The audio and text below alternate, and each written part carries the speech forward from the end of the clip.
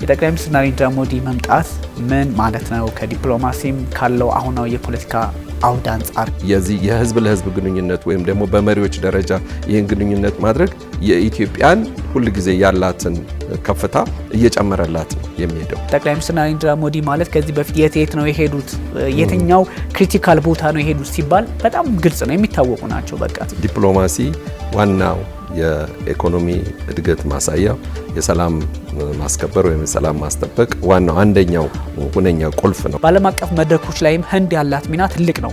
በዛ በተጠላለፈ በጣም አስቀያሚ በሆነው የእንግሊዝ ፖለቲካ ውስጥ እንኳን ይህ ጥቁር ህንዳዊ ወጥቶ መሪ መሆን መቻሉ ብቻውን የህንድን ኃያልነት ያሳያል። በዚህ በቴክኖሎጂውን በስፔሱን በምኑም በጣም ቀላል ቦታ ያላቸው አይደሉም። ቻንድራያን 3 የምትባለው ላውንች ስትደረግ በጣም ዓለምን እያነጋገረ እና አሜሪካ ራሱ እና ቻይና የራሳቸውን መንገድ እስከ መቀየስ ወይም በዚህ ልክ ማሰብ አለብን እስከ ማለት ደርሰው ነበር። የኛ የዲፕሎማሲ ግንኙነታችን ወይም ችሎታችን ከፍተኛ በመሆኑም ነው ከፍተኛ መሪዎች ወደ ሀገራችን የሚመጡት።